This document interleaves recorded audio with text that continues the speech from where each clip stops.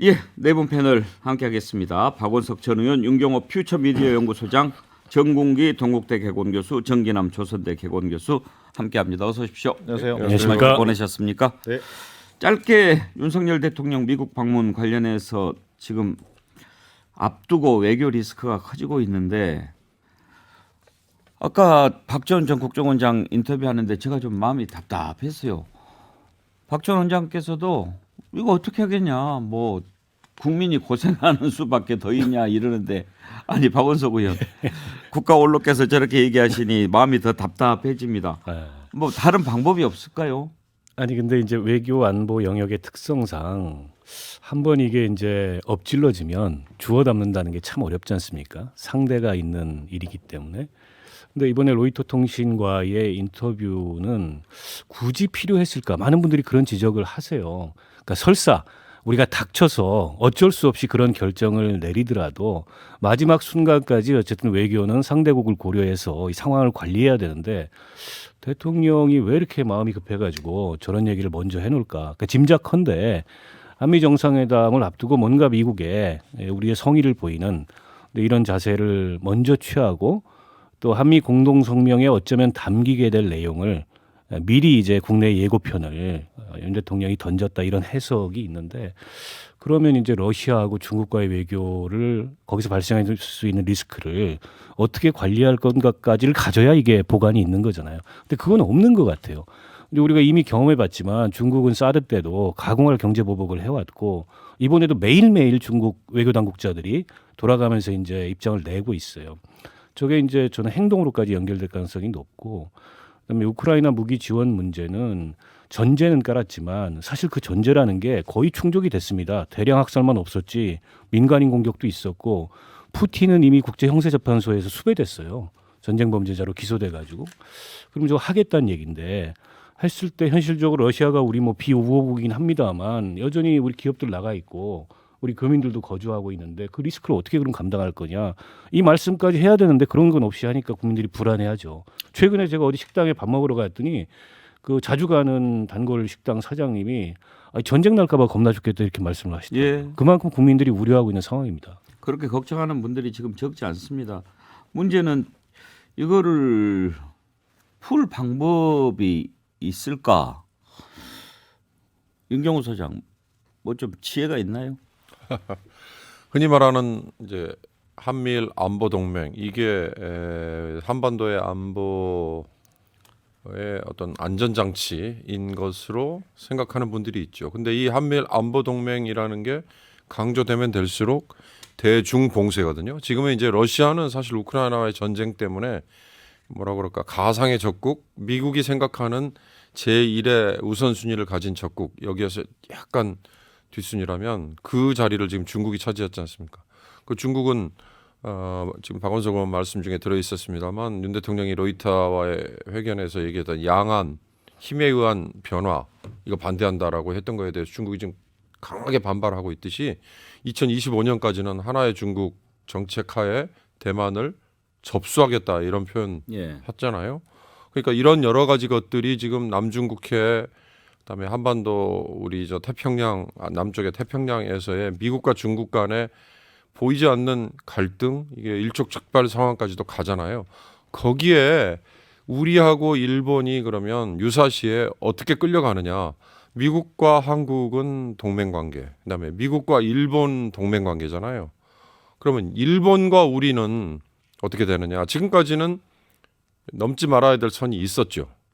일본과 우리는 동맹관계가 아니고, 그다음에 일본이 한반도에 유사시 일본군이 다시 한반도에 상륙한다? 이거 우리 지금 국민 정서상 받아들일 수 없는 거잖아요. 그런데 이번에 이제 윤 대통령이 미국 가서 다시 한미일 군사 협력 체제를 공고하게 다지고 왔다.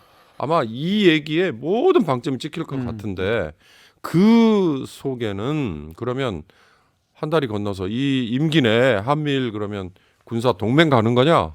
아마 이런 질문 반드시 나올 수 있을 거예요. 근데 그게 아까 어느 식당 뭐 일반 평범한 분들이 아니 전쟁 나는 거 아니야라고 걱정할 정도로 오히려 중국을 자극하는 게 되고, 우리가 지속해야 될 전략적 모호성이라는 외교 스탠스가 완전히 한쪽으로 그냥 쏠려버리는, 그러니까 오히려 또 불안을 일으키는 역설적인 상황이 될 수도 있고, 이번 윤 대통령의 미국 방문이 다른 건 다 덮여버리고 한미일 안보 협력 체제를 공고하게 만들었다라는 이름하에 이런 불안감이 잠재해 있지 않을까. 오늘 아침에 동아일보의 제목이 그거였어요. 북한이 핵 공격하면 미국이 핵 보복을 한다는 거를 이번에 뭐 명문화한다 그랬다나? 전 그 얘기를 듣고 보고, 아니 그러면 모든 피해는 오롯이 한반도에 사는 그럼요. 우리 국민이 다 그럼요. 지는데, 이런 불안감 이거를 오히려 불식시켜줘야 되는데 그게 더 높아지는 거 아닌가 하는 걱정했습니다. 윤경우 소장은 경제 전문가이시기도 하니까 그거 한번 물어봅시다. 지금 사흘 연속 주식시장이 계속 하락하고 있는데 혹시 윤석열 대통령의 이런 발언 영향이 좀 있다고 보십니까? 글쎄요. 요즘에 흔히 말하는 코리아 리스크, 그 안보 위기 이런 것들은 그렇게 높지는 않죠. 오히려 프리미엄이라고 이제 우리가 극복을 했다라고 얘기할 정도인데, 다만 중국이 지난번 분기별 성장률 4.5%라고 자신 있게 내놓고 흔히 말하는 리오프닝, 뭐 자기들 관광객 내보내고 맞아들이기도 하겠다라고 했는데 그런 거에 대한 효과가 높지 않을 것 같다라는 생각이 있고, 그다음에 미국과의 경제 제재를 둘러싼 양쪽에 서로 공방이 의외로 심각할 수 있다라는 것 때문에 중국 관련주들이 꺼지면서 이게 다 연쇄적인 것 같다. 그런 분석이 예. 지배적인 것 같습니다. 정공기 교수께는 먼저 그 내용을 좀 여쭤보겠습니다. 윤석열 대통령의 대만 관련 발언 네. 그 자체는 어떻게 평가하십니까? 저는 뭐 국가 지도자가 자신의 외교안보 철학을 낼 수 있다 이렇게 생각돼서 저는 그 자체는 별 문제가 없다고 생각하는데, 중국의 과도한 반응이 나왔단 말이죠. 근데 중국의 과도한 반응에 대해서 우리 국내의 많은 분들이 너무 또 신경을 많이 써요. 그래서 이건 또 어떤가라는 생각을 해보는데, 우리가 이제 중국이라는 이 강대국을 옆에 두다 보니까 미국도 중요하지만 중국도 중요하다는 이 전략적 모호성을 갖고 온 거 아닙니까? 그렇게 해서 그동안에 지내왔는데, 그 중국이 한마디 할 때마다 그동안에 말도 제대로 못하고 이런 상황들이 있었습니다. 근데 제가 최근에 베트남이 중국과의 외교안보 관계를 설정할 때 굉장히 목소리를 많이 낸단 말이죠. 그래서 같은 공산주의 체제를 갖고 있는 나라들도 저렇게 목소리를 내는데 우리도 목소리를 낼 때가 되지 않았나라는 생각도 해보고, 그다음에 전략적 모호성이 문재인 정부 때도 있었고 계속 이어져 내려오다가 이번에 왜 바뀌었냐라고 하면은, 본래 이제 전략적 모호성은 미국이 그 대중 관계를 설정할 때 대만 문제를 놓고 수교를 하면서 대만하고는 단교를 했지만 그 1982년에 대만관계법을 또 만들어 가지고 유사시에는 우리가 또 대만을 어떻게 보호할 수도 있고 하나의 중국을 인정하지만 이런 식으로 이제 전략적 모호성을 유지해 왔는데, 이걸 깨뜨린 사람이 시진핑이라는 얘기죠. 시진핑이 3년 전부터 군비를 강화하고 뭐 3년 전, 5년 전부터 말이죠. 이렇게 패권을 추구하기 때문에 전략성 모호성은 깨졌다. 이런 판단하에서 우리도 그러면 이제 그 정권도 바뀌고 해서 전략성 모호성 문제는 어떻게 될 것이며, 한미 동맹이 이렇게 중요한데 경제 문제도 걸려 있고 이 대만에 대한 원칙적인 미국의 입장을 뭐 이해한 것이다. 뭐 저는 이렇게 생각을 합니다. 네. 그러면 정공기 교수님께서는 윤석열 대통령의 양안 관계 발언은 못할 말한 것 아니고 중국의 반응에 우리가 너무 겁먹을 필요 없다, 이런 취지의 말씀이시라고 이해하면 되겠습니까? 그 중국 정부가 내놓은 반응을 보면요, 너무나 거칠고 무슨 그 옆에 있는 나라가 자기 속국인 양만 얘기를 하거든요. 처음에 외교부 대변인이 말참견하지 마, 이것도 웃겼고, 그 다음에 바로 외교부 장관이 불장난하면 타 죽어라는 얘기를 했는데, 이건 정말 옆에 있는 나라에 대한 정말 그 모독적인 이런 발언이 아닌가 생각됩니다. 정인환 교수는 어떻게 생각하시나요? 근데 저는 중국의 그 과도한 반응에 대해서는 좀 비판적 입장을 취할 필요는 있다고 보여집니다. 그럼에도 불구하고 왜 그러면 중국의 과도한 반응을 촉발하는 대통령의 발언이 나올 수밖에 없느냐? 나는 그게 문제라고 생각합니다. 실제로 우리가 이 안보 지정학적 위치 속에서 굉장히 균형 실리 외교를 어떻게 보면 중시해야 되는 상황에서 윤 대통령의 발언 자체가 이 지역의 어떤 안보 리스크를 오히려 확대시키고 있다. 그런 측면에서 저는 대단히 부적절한 발언이었다고 보여집니다. 실제로 중국이 그렇게 경노하는 이유는 그 힘에 의한 현상 변경에 반대한다는 그 발언 자체보다도 저는 양안 문제를 남북한하고 빗대서 했던 발언, 여기에 대해서 중국이 굉장히 그 예민하게 반응하고 있는 것으로 되게 알려지고 있거든요. 실제 중국은 그 이번에 윤 대통령 그 발언에 대한 반대가 92년에 우리가 수교 30년인데요. 중국을 유일한 합법 정부로 인정했던 그런 수교 원칙을 깬 거 아니냐 이렇게까지 보고 있는 것 같거든요. 이런 측면에서 윤 대통령의 발언이 도대체 무엇을 위한 발언이었던 것인가? 일례로 올해 또 5월 달인가 G7 히로시마 정상회담을 앞두고 있습니다. 여기서도 또 이게 이제 한미일 간에 이런 논의가 될 것 같은데 이런 것들을 아마 중국이 예단하고 강하게 반발한 측면도 있지만 그 반발을 충분히 예상하면서도 윤석열 대통령이 노골적인 어떤 그 미국 편중 발언을 통해서 이 지역의 우리 안보 리스크를 확대시키고 있는 것은 대단히 부적절했다라고 하는 것이 제 생각입니다. 지금 이제 정상회담에 가서 어떤 얘기들이 나올지도 사실 궁금한데 지금 이렇게 막 이제 리스크라고 표현하는 일들이 많아지지 않습니까? 그러니까 그런 아이디어를 내는 분도 있습니다. 서복경 더 가능연구소 대표가 쓴 칼럼을 읽어봤더니 지금 이제 정상회담에서 어떤 얘기가 나올지 모르지만 만약에 정말 돌이킬 수 없는 그런 것들이 나올 것에 대비해서 그냥 바라만 보고 있을 수는 없지 않느냐. 우리도 뭔가 좀 대응책을 마련을 해놔야 되지 않느냐. 그러니까 5천만 국민의 안전과 생계를 위험에 빠뜨리게 되는 일이 생기면 국회가 국정조사하거나 무기 제공 결정이나 해외 반출 승인 과정 책임자 탄핵안 발의라든지 이런 조치를 해서 무슨 약속을 하든 돌이킬 수 있는 최소한의 발판을 마련해 두는 게 시급하다. 그런 얘기를 하던데 박원석 의원 지금 파병 같은 경우에는 국회 동의를 받아야 되지만 예. 군수물자 지원은 안 해도 된다라고 지금 대통령실에서 얘기를 하고 있단 말이에요. 그건 아마 대통령실의 해석일 거고요. 어쨌든 우리 헌법에 보면은 안보에 있어서 국민들한테 중대한 영향을 미치는 사안은 국회 승인을 받아야 되는 것이 헌법의 해석상 저는 맞다고 생각합니다. 그럼 만약에 이미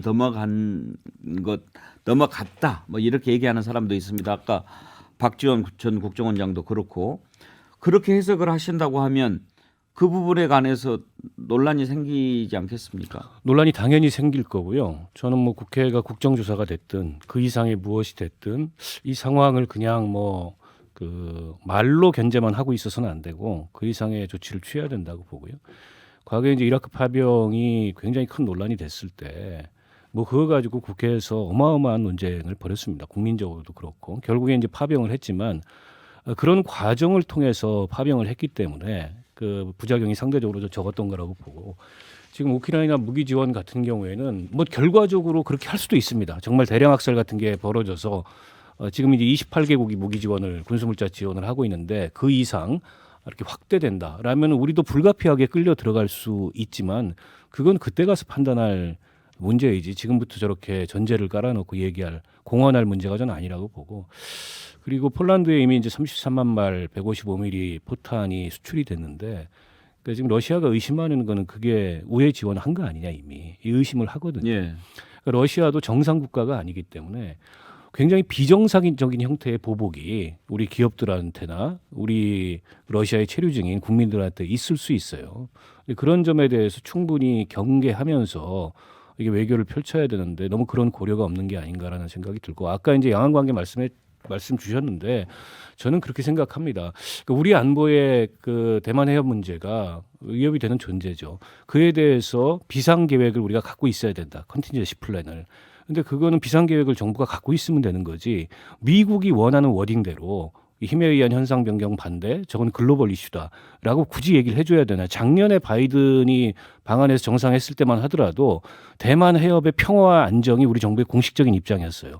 문재인 정부 때도 공식적인 입장이었고 그 정도면 되는 거지. 저렇게 미국이 원하는 특정한 워딩을 그대로 받아 써서 이 무슨 뭐 표현을 할 필요가 있느냐. 그 점에 있어서 중국은 어쨌든 현실적으로 대한민국이 제일 교역국이고 우리가 대무역에서 얻는 교역의 거의 대부분을 대중국 무역에서 그동안 얻어왔단 말이죠. 최근 들어서 무역 적자가 확대된다지만은 그게 산업 구조적인 측면도 있지만 지금 한중 관계가 이렇게 최악의 상황으로 치닫고 있는 이 상황도 무관치 않은데 그러면 대중국 외교는 어떻게 할 거냐? 전략적 모호성을 걷어내고 지금까지 했던 균형 외교 노선에서 좀 우리가 이탈을 해서 이게 진영화되는 국제 질서를 감안한다면 대중국 외교를 어떻게 할 건지를 밝혀야 된다는 거죠. 제이님이 말 한마디로 천냥빚도 갚는다는데 말 한마디로 천냥빚을 질 수도 있다는 것을 보여준 상황이네요. 답답합니다. 그런 글 주셨는데 정인환 교수, 저 이재명 대표는 뭐 국민 앞에 3천만 냥 빚을 졌다 뭐 그런 얘기도 하더라고요. 그러니까 어쨌든 저는 좀 그 대목에서 그 야당의 역할이 대단히 지금 중요한 상황으로 접어들고 있다. 실제로 서복경 소장이 얘기했던 것처럼 앵커께서 소개하신 뭔가 이 국회의 역할, 입법부의 역할이 마지막 어떤 안전장치를 지금 만들어놔야 될 정도로 대단히 어떤 위급한 상황으로 가고 있는 것 아니냐. 그랬을 때 그러면 야당의 역할이 뭐냐는 거예요. 지금 우크라이나 무기 지원 문제가 또 쟁점화되고 있습니다만 그 이전에 좀 전에 나왔던 것처럼 우리가 가지고 있는 전시용 포탄, 비축용 포탄을 미국에 아마 다 내줬다는 상황. 뭐 이른바 무려 33만 발이나 유럽으로 지금 빼돌렸다는 언론 보도도 있었지 않습니까? 이런 상황에 대해서 이게 국회가 이 문제를 어떻게 지금 보고 있는 것인지 일례로 저는 당장 국방부 장관 합참의장 직무유기로 저는 충분히 저는 문제를 삼을 수 있는 대목이라고 생각합니다.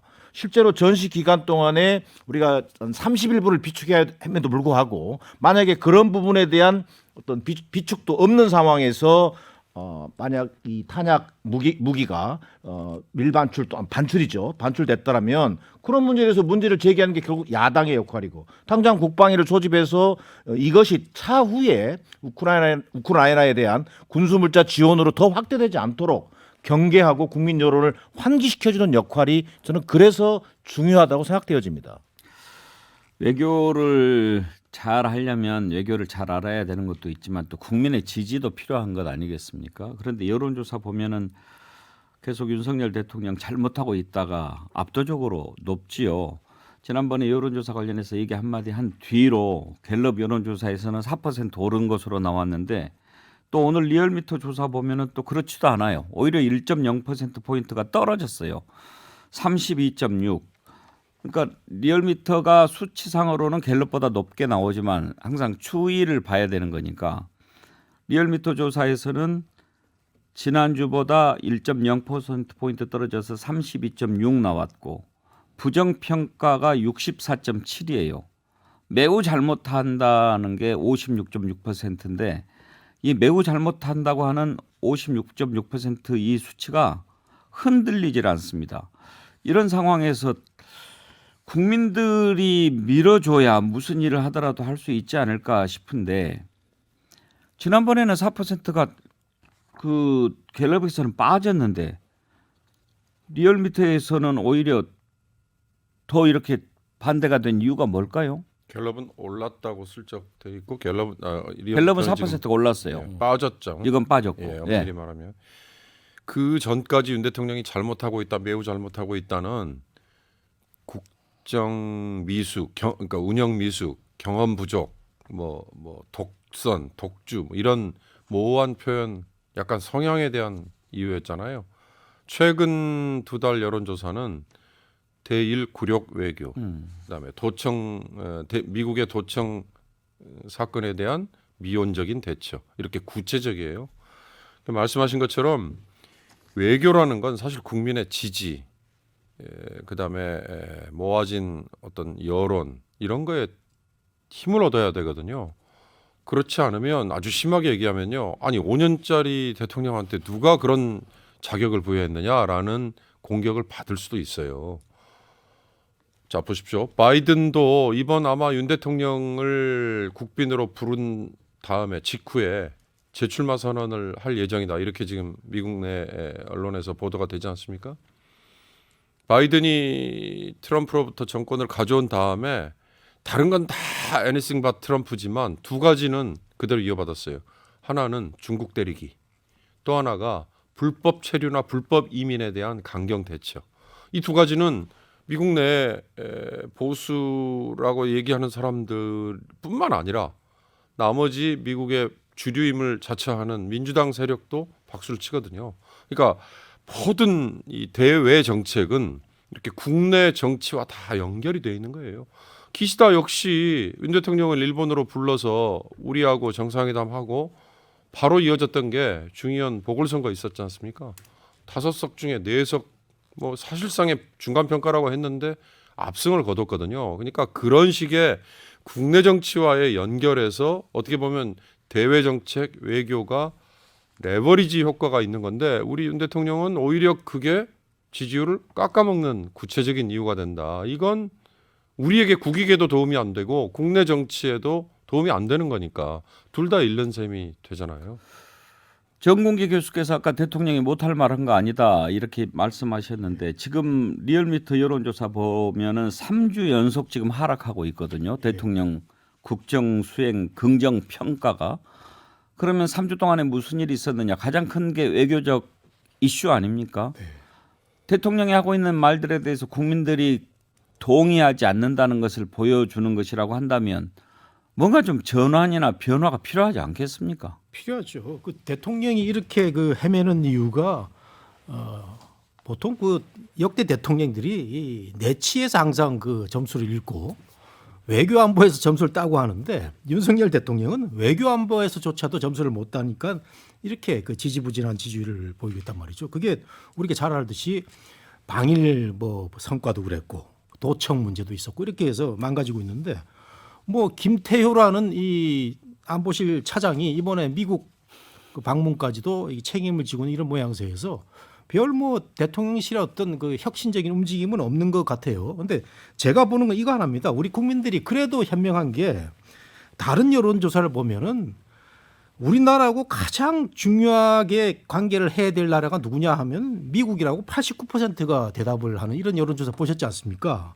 그러면 그 한미 동맹은 정말 중요하고 한미 관계가 중요하다. 이런 데 대해서는 또 많은 기대를 하고 있거든요. 그래서 대통령의 이번 로이터 통신 발언도 많은 그 논란을 낳았지만 저는 뭐 한미 관계를 생각하면 충분히 할 수 있는 말이다 이런 생각도 되는데 저는 중국도 중요하다고 생각됩니다. 그러나 중국이 그동안에 우리한테 너무 섭섭하게 했어요. 그 문재인 대통령이 중국 가서 홀대받은 그런 기억도 있고요.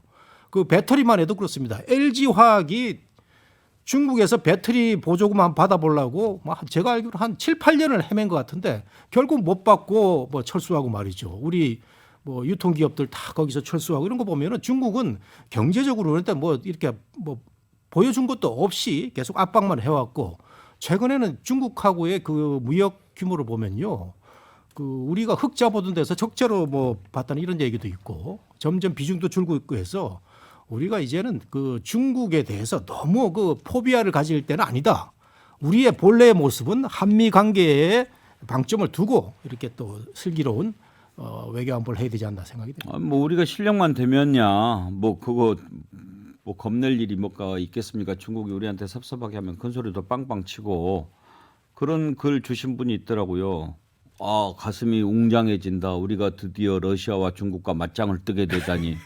근데 그렇게 했을 때 우리가 이야기한 만큼 중국이 받아주고 뭐라고 팍 소리 지르면 중국이 꼬리 내려주고 그렇게 돼야지요, 정진환 교수님. 그렇습니다. 한미 관계 중요성 아무리 강조해도 저는 지나치지 않다고 생각합니다. 그럼에도 불구하고 이번 윤석열 대통령이 한미 정상회담을 통해서 이를테면 또 한미 동맹 강화, 가치 동맹 이런 식의 어떤 선언적 수준에 머물러 버린다면 저는 지금 현재 제기되고 있는 윤석열 정부에 대한 외교안보 리스크에 대한 국민적 우려가 더 확대되는 저는 계기가 될 거로 보여집니다. 그런 면에서 이번 정상회담에 대해서 저는 정말 윤석열 대통령이 국익의 관점에서 치밀하게 준비하고 또 실질적 성과를 내는 데 주력해야 할 텐데 어쨌든 저는 그런 부분을 주문하는 것 외에 현재로서는 국민들이 정말 우려 속에서 불안과 우려 속에서 쳐다보고 있다는 것을 저는 직시할 필요가 있다고 생각합니다. 아무튼 이렇게 이제 미국 국빈 방문길에 오늘 나서게 되는데 외국 나가는데 대통령 외국 나가는데 국민들이 이렇게 걱정하고 막 그런 적이 있었나요, 정공기 교수님? 물론 지난번 일본 그 성과가 안 좋아서 그런 걱정도. 일본만입니까? 아무튼 좀 예. 국민들 걱정 안 시키게. 근데 제가 이런 말씀드린 딱 정상회담에서. 하나는 예. 베트남이 중국과의 관계에서 목소리를 제대로 낸단 말이죠. 그런데 중국이 베트남에 대해서 우리나라에 하는 것처럼 그렇게 거친 언사를 쓰질 않습니다. 이런 걸 보면 이 전쟁이라는 거는 감정 싸움에서 일어난 건 아니고요. 우리가 중국하고도 전략적 동반자잖아요. 그래서 우리가 저는 목소리를 낼 때도 내야 된다는 생각을 하고. 또 그건 또 왜 그런가 한번 좀 들여다보면 좋겠군요. 오늘 여기까지 하죠. 네 분 수고하셨습니다. 감사합니다. 함께해 주신 여러분 감사합니다. 내일 다시 찾아뵙겠습니다.